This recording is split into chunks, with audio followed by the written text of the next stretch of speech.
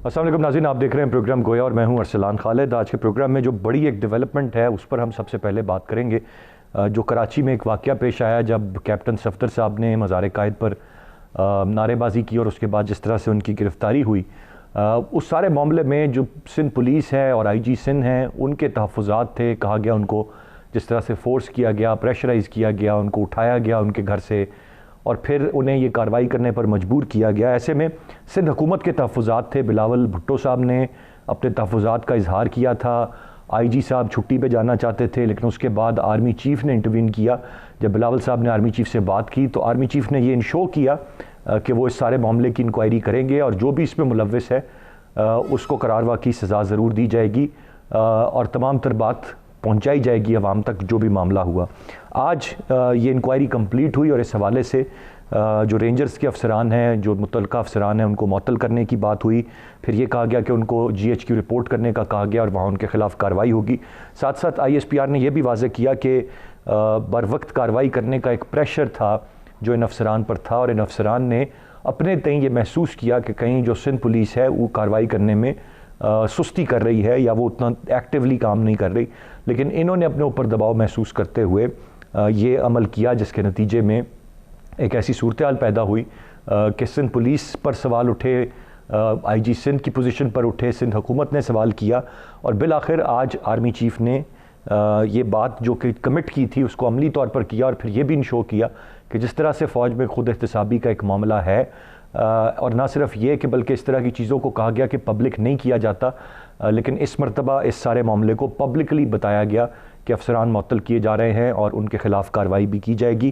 कि एक नई एक रिवायत है, एक कह लीजिए कि एक बाहर की शिकायत, एक ऐसा मामला, एक ऐसी चीज़ जो कि एक सिंध गवर्नमेंट ने या एक पॉलिटिकल पार्टी के लीडर ने, बिलावल साहब ने, जिस पर अपने तहफ़्फ़ुज़ात का इजहार किया और पाक फ़ौज ने वो ख़ुद एहतसाबी के मेयार को यकीनी बनाते हुए इंश्योर किया कि कोई कानून से ऊपर नहीं है, कोई कानून की खिलाफ वर्जी नहीं, आइन की खिलाफ वर्जी नहीं कर सकता। उन्होंने कार्रवाई की और फिर वो मैसेज अब पूरे मुल्क में डिसेमिनेट हुआ, पूरे मुल्क में वो मैसेज पहुंचा कि इस तरह से फ़ौज ने ये कार्रवाई की। मैं चाहूँगा प्रोग्राम के आगाज़ में हम इस पर बात करें। ये एक इंतहाई अहम मामला है, एक नई रिवायत है, इसको हमारे गेस्ट पार्टिसिपेंट्स कैसे देखते हैं मैं चाहूँगा इस पर बात करें। इसके साथ साथ इस वक्त गिलगित बल्तिस्तान के इलेक्शंस और वहाँ पर इंतखाबी मुहिम ज़ोर शोर से जारी है। एक तरफ बिलावल साहब के जलसे, मरियम साहिबा के जलसे और फिर हुकूमती जलसे, ये तमाम तर चीज़ें हैं जो इस वक्त वहाँ पर जारी हैं और उनमें इल्ज़ामात, मुख्तलिफ एक दूसरे के हवाले से बयानात, एक दूसरे को नाअहल कहना, ये तमाम तर चीज़ें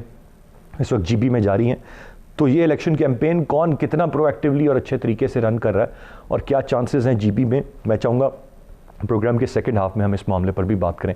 गेस्ट पार्टिसिपेंट्स का तारुफ कराता चलो। प्रोग्राम में हमें ज्वाइन किया ताहिर मलिक साहब ने, सीनियर सहाफ़ी और तज्ज़ियाकार हैं। बहुत शुक्रिया मलिक साहब आपके वक्त का। मोहसिन बेग साहब हमें प्रोग्राम में ज्वाइन कर रहे हैं, आप भी सीनियर सहाफ़ी और तज्ज़ियाकार हैं। ताहिर मलिक साहब, गुफ्तगू का आगाज़ मैं आपसे करूँगा। सर, कैसे देखते हैं कराची के इस वाक़े को और आज जो ISPR ने तमाम तर चीज़ें पूरी कौम के सामने रख दी, एक नई रिवायत है और क्या समझते हैं कि आइंदा इससे बहुत सारी चीज़ें, मामलात हदूद क़यूद में रहेंगे, एक नया प्रेसिडेंट सेट हुआ है? ओवरऑल किस तरह देखते हैं आप इस पूरी डेवलपमेंट को? देखिए, इसमें कुछ पॉजिटिव चीज़ें, पहले मैं पॉजिटिव इसका डिस्कस करता हूँ जो मैं समझता हूँ। ये मैं कोई फैक्ट नहीं बता रहा, जो मुझे समझ आई है। इससे मेरे ख्याल में जनरल बाजवा की लीडरशिप जो है उसमें बड़ी ग्रेस और बड़ी एक कॉन्फिडेंस आएगा। मतलब मैं एज ए सिटीजन बात कर रहा हूँ कि क्योंकि जनरल साहब ने एक वादा किया था कि एक इन्वेस्टिगेशन होगी, तो हमारे यहाँ बेशुमार वादे होते हैं। हमारे यहाँ जनरल ज़िया साहब भी आए थे, उन्होंने 90 दिन में इलेक्शन का वादा किया था, तो 90 दिन मेरा लिए 11 साल तक चले गए थे। तो एक तो बहुत ही जो पॉजिटिव चीज़ है वो है कि अगर आपकी जो लीडरशिप है, जो एक आपकी फौज काबिल इज्जत है, बड़ी काबिल एहतराम है, अगर उसकी लीडरशिप को वादा करे तो वो पूरा करे ना, तो इससे क्रेडिबिलिटी और ग्रेस बढ़ती है। ये सबसे पहली एक बात ये है। दूसरी बात ये है कि जो रिजल्ट्स आए हैं, अगर हमारी जो जिसने निकाले हैं उन्होंने खुद कहा कि ISI और जो रेंजर्स के लोग हैं उन्होंने इमोशनली या एक रिएक्टिव मोड में रहे हैं। उन्होंने सैनिटी कह लें, मैं उसकी ट्रांसलेशन कर रहा हूँ, उन्होंने कूलली या ठंडे दिल से इसको देखा नहीं। तो एक इंक्वायरी की रिपोर्ट आना और रिपोर्ट में एक किस्म का गिल्टी मानना कि हमसे गलती हुई है, किसी इदारे से गलती हुई है या किसी फर्द से गलती हुई है, दूसरी पॉजिटिव चीज़ है। तो ये तो बड़ी पॉजिटिव चीज़ें हैं और बड़ी हेल्दी हैं। मेरे ख्याल में किसी भी माशरे में ये बता रही है कि माशरे में सैनिटी है और सिस्टम है। दो चीज़ें जो इसमें बड़ी नेगेटिव मैं बयान करना चाह रहा हूँ, वो मुझे तहरीक इंसाफ या हुकूमत पे है कि मैं हैरान हूँ कि यहाँ पे एक साहब आए, उन्होंने आगे कहा जी कि वो बड़ा उनको दिल में दर्द उठा, उन्होंने FIR करा दी। वो FIR वाले साहब किधर गए? वो जो कराची के शमीम फरदोस साहब वो किधर गए? फिर फराम प्राइम मिनिस्टर से लेके आपके सारे वुज़रा ने एक पूरी मुहिम चलाई कि ये इदारों के खिलाफ मुहिम है, ये एक जैली तरीकाकार है। हमारे मीडिया में भी कई लोगों ने कहा जी कि ये इस तरह एक फ्रॉड किया जा रहा है हर वक्त के जी। ये नवाज शरीफ और ये जो पीपल्स पार्टी वाले हैं, ये मिलके हमारी फौज को या हमारे इदारों के खिलाफ जा रहे हैं। तो मेरे ख्याल में जो एक चीज़ नेगेटिव है, ये इसका तो जवाब देना चाहिए हुकूमत को कि इसका मतलब है कि हुकूमत को पता ही कुछ नहीं होता, उनके पास ना इंफॉर्मेशन होती है ना चीज़ों का उनको इदराक होता है, बिला बगैर जाने कुछ आए। तो अगर इस तरह की हुकूमत आपके मुल्क में रहेगी तो ये बहुत बड़ी नेगेटिविटी है कि जो प्राइम मिनिस्टर से लेके एक आम MNA MPA तक पूरी PTI की एक कंसेंसस था कि ये नून और पीपल्स पार्टी एक फ्रॉड कर रहे हैं, एक जैली बात कर रहे हैं। तो मेरे ख्याल में अब उनको जवाब देना चाहिए कि यहाँ वो मानना चाहिए कि हमारे पास इंफॉर्मेशन कुछ नहीं होती, यहाँ हम बिला वजह ही ऐसी बातें शुरू कर देते हैं। तो ये मेरा मुख्तसर सा एक एनालिसिस है। बिल्कुल सही है, मुख्तलिफ चीज़ें हैं। मोहसिन बेग साहब, आपकी क्या राय होगी, आप कैसे देखते हैं? एक तो जो बात अभी मलिक साहब ने जिस तरह से फरमाया कि एक इल्ज़ाम लग रहा था कि जी ये बिला वजह फ़ौज को बदनाम करने, इदारों को बदनाम करने की बात है। एक तरफ तो हम कहते हैं जी हुकूमत और इस्टेब्लिशमेंट एक पेज पे है, बज़ाहिर इस तरह की चीज़ों से हमें हुकूमत एक और ही सिमत में जाती नज़र आ रही है और इस्टेब्लिशमेंट एक ज़िम्मेदारी का मुजाहरा करते हुए चीज़ों को सॉर्ट आउट करने और दरमियानी रास्ते निकालने की तरफ नज़र आ रही। फिर ये तासुर तो ज़ाहिर हो जाना चाहिए कि एक पेज पर हैं या नहीं है, या सिंक्रोनाइजेशन है या नहीं है। मुझे तो इस वक्त जो नज़र आ रहा है वो ये कि एक अपने ही एक मस्त हाथी की तरह एक ये हुकूमत जो है, इसके वज़रा और ये हुकूमत चले जा रही है, इनकी कोई अपनी डायरेक्शन नहीं है, ना इनके साथ किसी की अलाइनमेंट है, ना कोई सिंक्रोनाइजेशन है। बहुत शुक्रिया असलान। मेरे ख्याल में मलिक साहब ने बड़े डिटेल में एक्सप्लेन कर दिया है। बेसिकली बहुत अच्छा हुआ कि ये रिपोर्ट उन्होंने मंजर आम पे लाए हैं और जो लोग इसमें इन्वॉल्व थे, मैं समझता हूँ कि खाली ट्रांसफ़र नहीं करना चाहिए, उनको एग्जाम्पल बनाना ज़रूरी है। देखें, रियासत के अदारे ना इस तरीके से एक्ट करते हैं किसी और अदारे के ख़िलाफ़। अगर पुलिस का काम है तो वो पुलिस बेहतर अंदाज में, पुलिस पूरे पाकिस्तान में जिस तरीके से ऑपरेट करी उसी तरीके से कराची में करती है, बजाय इसके कि आप उनको इस तरीके से दबाया जाए, उठाया जाए, ऑर्डर्स किए जाए, उनकी डिसरिस्पेक्ट की जाए। वो भी एक इंस्टीट्यूशन के हेड हैं, जैसा भी इंस्टीट्यूशन है, आपको सबको पता है पुलिस कैसे ऑपरेट करती है। लेकिन बाजवा साहब की हद तक ये बहुत अच्छा है कि उन्होंने वादा किया, गो के थोड़ा लेट हुआ लेकिन इंक्वायरी आई। मैं समझता हूँ इससे ज़्यादा होना चाहिए। सेकंड बात यह है कि आपने हुकूमत की बात की। नेचुरली इन वज़रा का और PTI गवर्नमेंट का जो स्टाइल है गवर्नेंस का, और जिस तरीके से ये प्रेस में आके स्टेटमेंट्स देते हैं, 6 प्रेस कॉन्फ्रेंसें करते हैं, और इन्होंने कोशिश की ये शाह से ज़्यादा शाह के वफादार बनने की। भाई एक शख्स, और ये वाकया नहीं होना चाहिए। आपने कहा एक नया प्रेसिडेंट सेट हुआ है, वो भी एक नया ही प्रेसिडेंट था जिसमें IG को उठा लिया जाए। पाकिस्तान की तारीख में कभी ये नहीं हुआ। तो ये जो हुकूमती वज़रा हैं, ये जिस तरीके से बयानबाजी कर रहे थे, मैं समझता हूँ उनको पहले फैक्ट्स जानने चाहिए। जो चीज़ गलत है उसको गलत कहना चाहिए, जो चीज़ सही है उसके बारे में आप अपनी आरा ज़रूर दीजिए, लेकिन किसी गलत काम को जस्टिफाई नहीं करना चाहिए हुकूमती सतह पर। देखिए, पॉलिटिकल पार्टीज का अपना स्कोर सेटल करना एक दूसरे के खिलाफ वो और बात है, लेकिन जब आप गवर्नमेंट में हो, हुकूमत में हो, रियासत आप चला रहे हो और आप ऐसे गैर जिम्मेदाराना बयानात दें और गलत बात को भी आप तोड़ मरोड़ कर सही बयान करने की कोशिश करें, तो पब्लिक बाय नहीं करेगी, क्योंकि लोग समझते हैं कि जो चीज़ गलत हुई है वो नहीं होनी चाहिए थी।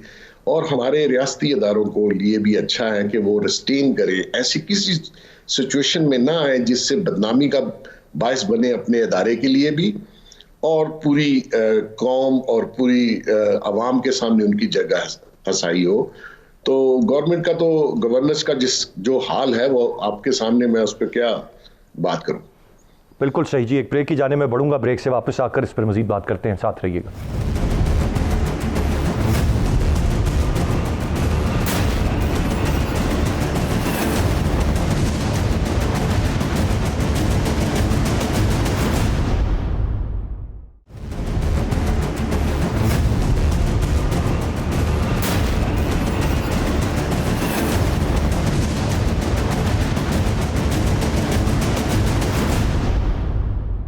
जी वेलकम बैक। मैं ताहिर मलिक साहब, कुछ चीज़ें हैं जो यहाँ पर मुझे बहुत सारी मामलात, चीज़ें, रिवायात बदलती हुई नज़र आ रही हैं। अभी हाल ही में अयाज सादिक साहब का एक स्टेटमेंट और उस पर ISPR DG ISPR रिस्पॉन्ड करते हैं। हुकूमत कहती है कि जी ये बड़ा सख्त कोई एक्शन ऐसा हमें नज़र नहीं आता, वो एक बयानिया है। यहाँ पर हम देखते हैं कि जो कराची का वाक़या है इसमें कहा गया अवामी प्रेशर रेंजर्स पर या कह लीजिए सेक्टर कमांडर तक तो नहीं आता, अवामी प्रेशर तो पुलिस पर होता है कि कार्रवाई करे। तो इन अफसरान पर किसका प्रेशर था? वो दबाव इदारे के अंदर से किसी का था, वो दबाव हुकूमती हलकों में से किसी का था, विफाक से था? बहुत सारी चीज़ें आप समझते हैं कि ये वाज़े हो गई बात, या अब भी इस सारे मामले में या जो माइंड सेट है इस वक्त या किस डगर पे अफवाज पाकिस्तान जा रहे हैं उसमें इबाम है, हमें उतनी क्लैरिटी शायद नहीं है? मेरा ख्याल इबाम है ये। अगर हमारे यहाँ इतना खुला मीडिया तो है नहीं कि हम इतनी बातें सीधी सीधी डिस्कस करें, तो बिटवीन द लाइन मैं समझता हूँ कि ये एक बड़ा टर्निंग पॉइंट है पाकिस्तान का। इसमें एक प्रूफ हो गया है। मेरा ख्याल अपनी पैदाइश से पहले मोहसिन साहब भी मेरे ख्याल मेरे से सीनियर ही होंगे, शायद एज में मैं इनसे बड़ा होगा। तो हमारे यहाँ ये बड़ा चलता है जी, वो एजेंसियाँ ये करती हैं वो करती हैं। तो एक तो बड़ी किसी हद तक इसमें जान तो नजर आ गई है कि जो शोर डालता है इस मुल्क में, वो फिर कोई सेंस है इसमें? ये अगर तो कोई सिविलाइजेशन हो, अगर कोई थोड़ी सी हो हमारी क्या नाम है उसमें जान हो, उसमें अगर उसमें जान हो क्या नाम है आपकी पार्लियामेंट में, तो उसको आगे लेके जाना चाहिए। इससे बहुत सारी चीजें निकलती हैं। इसका मतलब ये हुआ कि हमारे जो इस रिपोर्ट में भी मैंने पढ़ा कि इमोशनलिज्म नजर आया। इमोशनलिज्म से मुराद ये कि आपने जो रिएक्ट किया है, आपने अपनी पोजीशन के मुताबिक रिएक्ट नहीं किया, आपने जोश जज्बे से किया, आपने गुस्से में किया कि जी वो सफदर ने ये क्या बदतमीजी कर दी, IG इसको गिरफ्तार क्यों नहीं करता। तो ये बड़ा नॉन प्रोफेशनल और एक डार्क एज का ये माइंड सेट है, जहाँ पे रियासत जो थी वो हुक्मरान थी, जो उसमें अवाम रियाया थी, रियाया उस आपकी मलकियत थी, तो हुक्मरानों का एटीट्यूड है। मॉडर्न जो रियासत है, जो मॉडर्न समाज है, वो रूल्स हैं, वो लॉज हैं, उसमें कोई पावरफुल नहीं है। उसमें रियासत जितनी मर्जी मजबूत हो, जितनी मर्जी मुकद्दस हो, जितनी मर्जी अजीम हो, वो टैक्स पेयर के मतहत है। तो असल जो क्वेश्चन है वो, मैं ये नहीं कह रहा कि ये फौज का क्वेश्चन है, ये पूरे पाकिस्तान का क्वेश्चन है। ये हमारे तमाम इदारों के लिए ये क्वेश्चन है कि ये इदारे जो हैं, यहाँ मैं बड़ी अजीब सी अब बात करूंगा कि मैंने हमेशा कहा कि मुझे जुल्फ़िकार अली भुट्टो का एक फिक्रा, पता नहीं उसको खुद भी इस पर यकीन था कि नहीं था, मुझे शक है उसको यकीन नहीं था, मगर एक फिक्रा है ताकत का सरचश्मा अवाम है। तो जो अवाम का सरचश्मा है ना, मैं इस पे क्रेडिट दूंगा जनरल बाजवा को, उन्होंने इदारे को ये समझाने की कोशिश की है कि आप इमोशनल से नहीं चलेंगे, आप रिएक्शन से नहीं चलेंगे, आप गुस्से से नहीं चलेंगे, आप मैं से नहीं चलेंगे, आप एक इदारे के मतहत हैं, एक SOPs के तहत चलेंगे और आप अपनी जगह में रहेंगे। ये है मॉडर्न रियासत, ये है सिविलाइजेशन। मलिक साहब, आप समझते हैं कि ये सिमत जो है ये बदल रही है, अब इदारे की माइंडसेट बदल रहा है, बदल चुका है, और ये बाजवा साहब इसको मजीद बदल देंगे? और वही जो आपने बात की कि ताकत का सरचश्मा अवाम है, तो ये बात सबको समझ आ जाएगी और फिर उसी के मुताबिक चला जाएगा। मेरा ख्याल है अब हमारे पास ऑप्शन नहीं रहा। हमने 70 साल जो स्टेट चलाई है, वो स्टेट 3 चीजों से हमने चलाई है। हमने कोल्ड वॉर से चलाई है, जिहाद अफगानिस्तान से चलाई है, और वॉर अगेंस्ट टेररिज्म से चलाई है। तो वो दुकान हो गई है बंद। तो या तो आप वो दुकान दोबारा कोई एक नई जंग में चले जाए, तो फिर ये स्टेट ऐसे चलेगी। मैं बड़ा सख्त बात कर रहा हूँ। मेरा ख्याल ये पाकिस्तान अब चल ही नहीं सकता इस तरह। पाकिस्तान को आपको सीधा करना पड़ेगा, और उसका बड़ा आसान फार्मूला है। जो आइन में जो इदारे हैं वो अपनी अपनी पोजीशन में रहेंगे, सारे ही अजीम है। कोई मेरा ख्याल है ना सियासतदान ना मीडिया, मेरी फौज भी मेरी डार्लिंग है, हम सारी खूबसूरत है। खुदा के लिए इससे निकलें और अपनी पोजीशन पे जाएं। मेरे ख्याल में आपके पास अब और कोई रास्ता नहीं है, और कोई रास्ता नहीं है। मोहसिन बेग साहब, ये तो हुई सारी बात, और ये सिमत बदलना, मामलात की अंडरस्टैंडिंग होना, अडॉप्टेबिलिटी अपने अंदर लेके आना, ये बड़ी अच्छी चीज़ें हैं। और ये एक नया प्रेसिडेंट है, एक नए मामलात हैं और बड़े पॉजिटिव भी हैं, और ये एक इदारे को भी एक मैसेज अक्रॉस द बोर्ड गया है। और बाजवा साहब के इस एक्शन से यकीनन अब सब अपने एक्शंस के बारे में थोड़ा थोड़ा ज़रूर सोचेंगे। बट एक चीज़ जो बीच में IG साहब को उठाया गया, गलत हुआ, एक्शन हो गया, आज वो अफसरान को मुअत्तल करने की बात आ गई, GH की रिपोर्ट करने की बात आ गई, डन एंड डस्टेड। वो जो नारेबाजी थी वो कहाँ गई सर, और उसका मामला क्यों दब गया या उस पर बात ही नहीं उतनी हुई, ये चीज़ ज़्यादा सामने आ गई और वो मादरे मिल्लत की बातें करना कैप्टन सफदर साहब का और कुछ भी नारे लगाना, और वो बात कहाँ पीछे रह गई सर? असलान देखिए, उस दिन जब ये वाकया हुआ तो मेरे ख्याल में पूरे मीडिया ने, मैं भी एक टॉक शो में था, हमने भी कहा कि इनको ये नारेबाजी वहां नहीं करनी चाहिए थी। सबने कंडेम किया और वो उसके बाद रात को सूरत-ए-हाल बदल गई जब तो वो साहब जो है सफदर साहब वो हीरो डिक्लेयर कर दिए गए। 8 घंटे वो मीडिया पे चले, विक्ट्री का निशान बनाते रहे। ये केस कंडेमेबल था, सबने कंडेम किया। आप इसकी जो प्रोसीडिंग्स थी वो 2-4 दिन बाद भी हो जाती तो कोई फर्क नहीं पड़ता था। ये ऐसा केस नहीं है जिसमें आपको बेल नहीं मिलेगी, बेलेबल ऑफेंस है, इससे पहले भी लोगों ने किया है। तो जब आपका ये रिएक्शन हुआ तो नेचुरली वो साहब का केस तो पीछे रह गया। वो खैर इतना बड़ा केस भी नहीं था, उसे आप कंडेम कर सकते हैं, सबने किया। लेकिन इस रिएक्शन के नतीजे में वो साहब हीरो बन के जी और विक्ट्री का अननेसेसरी ये एक्शन हुआ, उसमें अदारों की बदनामी हुई, नेचुरली पुलिस डिमोरलाइज हुई।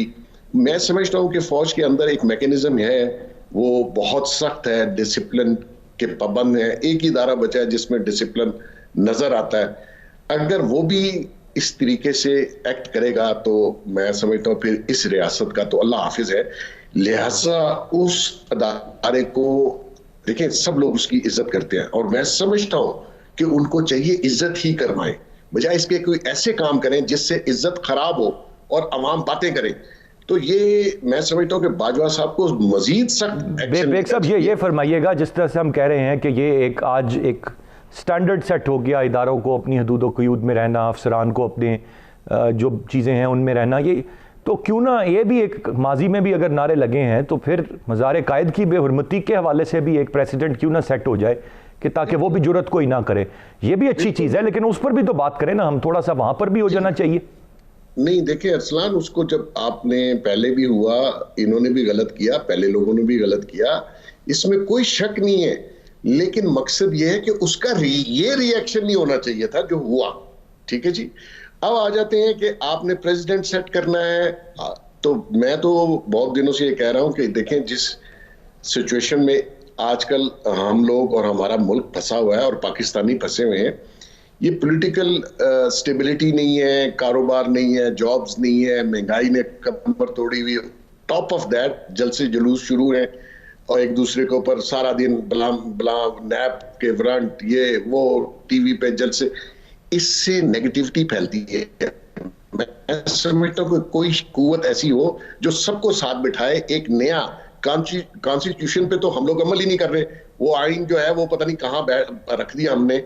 तो लिहाजा एक और मुआहदा साइन होना चाहिए कि सब अदारे अपनी हदूद में रहें, सब लोगों का तयन किया जाए, उसमें जुडिशरी को बुलाएं, पॉलिटिशियंस को बुलाएं। देखिए असेंबली इन्होंने बेतुकीर कर दी। अब आज भी स्पीकर साहब ने इजलास बुलाया, मेरे ख्याल में उसमें अपोजिशन ने कहा जी हम नहीं आएंगे। तो पार्लियामेंट एक ऐसी जगह थी जहां आप डिबेट करके सारी चीजों को सॉल्व कर सकते थे। वहां 2.5 साल से उसमें मैं फॉल्ट हुकूमत को दूंगा कि ऐसा माहौल क्रिएट किया कि अपोजिशन भी सड़क पे आ गई और उसके पीछे पीछे गवर्नमेंट भी सड़क पे आ गई। तो भाई फिर इन इदारों का, इस इलेक्शन का, इस हुकूमत का, इस सारे कॉन्स्टिट्यूशन जो कानून साजी का हमने अमल बनाया था वो तो बेकार हो गया। अगर फैसले सड़कों भी होने हैं तो लिहाजा एक नए मुआहदे की जरूरत है जिसके तहत सबका एक नया मुआहदा हो जिसमें सबका तयन दोबारा से किया जाए। बात तो बेग साहब बड़ी अच्छी है, लेकिन बज़ाहिर इसकी कोई गुंजाइश या कह लीजिए कोई ऐसा कोई रवैया या हुकूमत की तरफ से इसकी कोई विल नज़र नहीं आती। बात जलसों की, तो काबीना ने आज ये फैसला किया और उसमें मुख्तलिफ वोट्स थे। काबीना में ये बात ज़ेर बहस आई कि जलसे रुकने चाहिए और उसमें ये कहा गया कि हुकूमत अब मज़ीद जलसे कम से कम ना करे। लेकिन हम देख रहे हैं जीबी में जलसे रोज़ाना की बुनियाद पर हो रहे हैं, इंतखाबी मुहिम चल रही है, कोरोना के केसेस भी बढ़ रहे हैं। मैं चाहूँगा जो जीबी की इंतखाबी मुहिम है, मरियम साहिबा पहली मरतबा लीड कर रही हैं किसी इलेक्शन की कैंपेन को इस तरह से। बिलावल साहब पहली मरतबा इस तरह फुल थ्रॉटल में होली सोली लीड कर रहे हैं एक कैंपेन को। ये नए 2 चेहरे हैं जो हमें नज़र आ रहे हैं।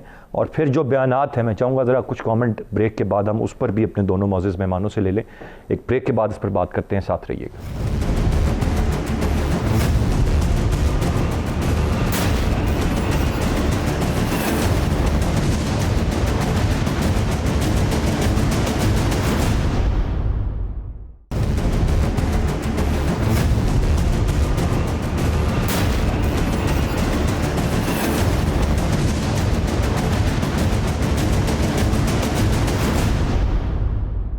जी वेलकम बैक। ताहिर मलिक साहब कैसे देखते हैं, एक तरफ मरियम साहिबा हैं, दूसरी जानिब बिलावल साहब हैं। बिलावल साहब quite young on the other hand, पहली मरतबा उनके वालिद साथ नहीं हैं लेकिन वो एक लीड कर रहे हैं कैंपेन को। किस तरह देख रहे हैं आप एक नए माहौल को, एक नया इलाका GB जहाँ पर इस तरह एक्सटेंसिव इलेक्शन कैंपेन चल रही है और हुकूमत भी काउंटर करने के लिए अपने जलसे कर रही है, उसमें जो बयानात हैं उनकी तो सब बात होती रहती है, उसकी तफसील में नहीं जाते, पर ओवरऑल इस फिज़ा को, इस माहौल को कैसे देख रहे हैं आप? Very interesting times. नॉर्मली ये होता है पाकिस्तानी हमारे जो पॉलिटिकल कल्चर है उसमें होता है कि हुकूमत जो इस्लामाबाद में है उसका इम्पैक्ट जाता है आज़ाद कश्मीर के इलेक्शन पे या ज़िमनी इलेक्शन में, या अगर ये गिलगित बल्तिस्तान के इलेक्शन है। मैं किसी को सुपीरियर इंफीरियर नहीं कह रहा, मैं पॉलिटिकल कल्चर की बात कर रहा हूँ। तो हमारा ये this is the first time मेरे ख्याल में पाकिस्तान की हिस्ट्री में हुआ है कि गिलगित बल्तिस्तान के जो इलेक्शन का नतीजा है वो पाकिस्तान पे असरअंदाज होगा, क्योंकि वहां पे PTI भी पहुंच गई है और मरियम ने हिस्टोरिकली सबसे बड़े जलसे किए हैं और बिलावल बड़ी देर से वहां पे है। बिलावल ने भी अपनी एग्जिस्टेंस दिखाई है, विच मीन पीपल्स पार्टी। तो मेरा ख्याल है जो इमीडिएट पाकिस्तान का फ्यूचर है ना वो गिलगित बल्तिस्तान से नजर आएगा। उसमें 3-4 मैं चीजें देख सकता हूँ। अगर पीपल्स पार्टी जीती तो उससे ये बहस हो सकती है कि उनकी एस्टेब्लिशमेंट से मुकम्मल हो गया। अगर PMLN हार गई तो धांधली का इशू नया बन सकता है। अगर PTI जीत गई तो फिर धांधली का इशू बनता है। तो ये मलिक साहब को खबर है, आपने जो गुफ्तगू का आगाज किया कि बहस बन सकती है अगर पीपल्स पार्टी जीत गई, हम भी कुछ ना कुछ खबरें सुनते रहते हैं। अब आप बहुत बाखबर हैं, हमसे ज्यादा हैं, को खबर है पीपल्स पार्टी की वहां पे कोई वेव की या नहीं? आप मुझे बता दें, आप मेरे से ज्यादा समझदार हैं। कोई नैब का कोई पीपल्स पार्टी सिंध में आपको नजर आई है 1-2 महीने से? नहीं सर, नहीं नजर आई, लेकिन ये GB वाली बात आपकी मुझे बड़ी दिलचस्प लगी, तो मैंने कहा कोई ऐसी खबरें, कोई ऐसी बात आपको वहां से मसूल हो रही है कि पीपल्स पार्टी वहां पर स्ट्रांगली सामने आ रही है ऐसी? ये आपको ये दिलचस्प नहीं लगी आपको मेरी बात के 1-2 महीने से आपको नैब ही नजर नहीं? पिछले तो जुम्मे के जुम्मे वो वजीर आला सिंध भी इस्लामाबाद बुला लिया जाता था, तो आपको मेरा ख्याल ये आप जैसे लोगों से हमने सुना। तो मतलब पीपल्स पार्टी वहां पर मजबूत नजर आ रही है सर, कह दीजिए क्या हद जैसा? नहीं, मेरा ख्याल है कि ये मैं तो बता रहा हूँ कि ये इलेक्शन जो है ये पाकिस्तान की सियासत पे असरअंदाज होगा। मैं रिवर्स बात कर रहा हूँ कि पहले हमेशा ये हुआ है कि जो इस्लामाबाद में बैठा है वो एक सिंपल यूं था जी इस्लामाबाद में हुकूमत है तो वो आज़ाद कश्मीर में भी बनेगी, गिलगित बल्तिस्तान में बनेगी। मैं समझता हूँ ये बहुत ही इंटरेस्टिंग इलेक्शन होंगे और अगर ये फेयर इलेक्शन होंगे या अगर इसमें धांधली होगी तो उसका इम्पैक्ट पाकिस्तान पे हर सूरत आएगा। ये मैं कह रहा हूँ, नंबर 1।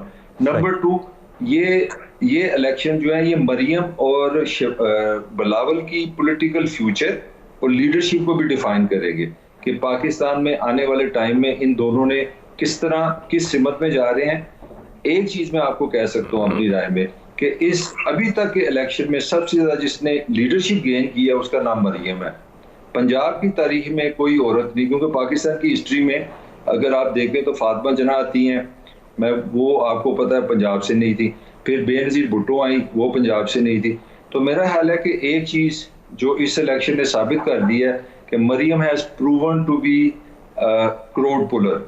ये एक चीज साबित होगी है, बाकी इलेक्शन बताएगा। एक कमेंट सर क्विकली बिलावल साहब पे कर दें, इज क्वाइट यंग और जिस तरह से वो निकले हैं और बड़ी maturity over the period of time उनकी गुफ्तगू और पॉलिटिक्स में आई है जो शायद मैं समझ रहा हूँ। एक कमेंट उस पर अपनी सर आप राय में कर दें मलिक साहब, मैं फिर आगे बढ़ूंगा। मेरा लिए साबित हो गया है कि बिलावल ने 5 साल जोर जोर से बोल के जाया किए हैं। मेरा अपना कायरा से बड़ा प्यार मोहब्बत है, तो एक दिन कायरा साहब से मैंने कहा, मैं यार अपने लीडर को दसो ना ऊंची क्यों बोल रहा है, इतना चिल्लाता क्यों है, फॉर व्हाट? मुझे सबसे बड़ी खुशी है कि बिलावल पे कोई सैनिटी आई है, उसको लगा कि यार मैं इंसानों की तरह बातें करूं। और अब यूं ही उसने थोड़ा सा मेच्योरिटी दिखाई है, देखें इफेक्ट आना शुरू हो गया। बेग साहब आपकी सर राय चाहिए होगी, कैसे देख रहे हैं आप? 2 नए चेहरे वहाँ पर, एक बड़ी ज़ोरों शोर से इंतखाबी मुहिम, जिस तरह से मलिक साहब ने फरमाया माजी में ऐसा नहीं रहता, इतनी एफर्ट नहीं होती, एक अंडरस्टूड बात होती है कि जिसकी हुकूमत है यहाँ उसने वहाँ बना लेनी है हुकूमत। लेकिन इस दफ़ा लग रहा है कि कुछ मामला ज़रा टफ है, मुकाबला कांटे का होगा, हर कोई अपनी तरफ से अपना जोर लगा रहा है। असलान में अभी मैंने एक और टॉक शो रिकॉर्ड करवाया, मैं वो जीपी पे ही था। मैं सुबह वैसे ही अपने एक रिपोर्टर से स्कर्दू में पूछ रहा था कि हालात क्या हैं। बेसिकली जो प्री पोल रिगिंग तो नहीं मैं कह सकता, लेकिन जो बरीक काम होता है वो हो चुका हुआ है। और बिलावल साहब को डेफिनेटली इंश्योरेंस दी गई कि आप वहां जाएं और एक पब्लिक रैलीज और एक जस्टिफाई करें अगर आप सीटें जीतते हैं। देखिए, ये 3 दिन के लिए गए थे, आज मेरे ख्याल में 20 दिन से वहां पे हैं। जो मरियम ने कहा कि लोटों का घेराव किया जाए, क्योंकि 24 सीट्स पे सिर्फ मरियम 18 टिकट नून लीग के लोगों ने लिया, हालांकि नून लीग का बड़ा जोर था, लेकिन कुछ कुफ्तों ने शायद उनको ये बावर करवाया कैंडिडेट्स को कि आपने नून लीग की टिकट नहीं लेनी। और वो जो विनेबल जिसको हम कहते हैं इलेक्टेबल्स, वो सारे इधर उधर हुए दूसरी पार्टीज में।